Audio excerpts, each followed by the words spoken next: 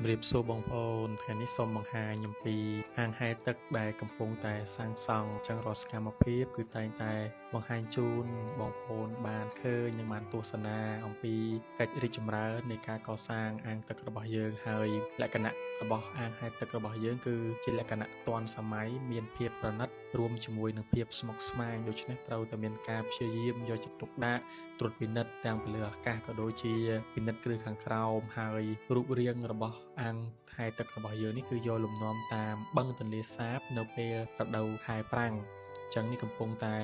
រីករូបរាងម្ដងបន្តិចនៅសុខៈកូលៀនរីសតមិនយូរទេបងប្អូន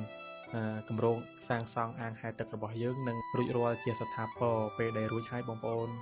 គ្រប់អញ្ជើញទៅទទួលយកនៅបទពិសោធន៍ថ្មីៗដ៏មនោរម្យជាមួយនឹងយើងខ្ញុំនៅសុខៈកូលៀនរីសតសូមអរគុណ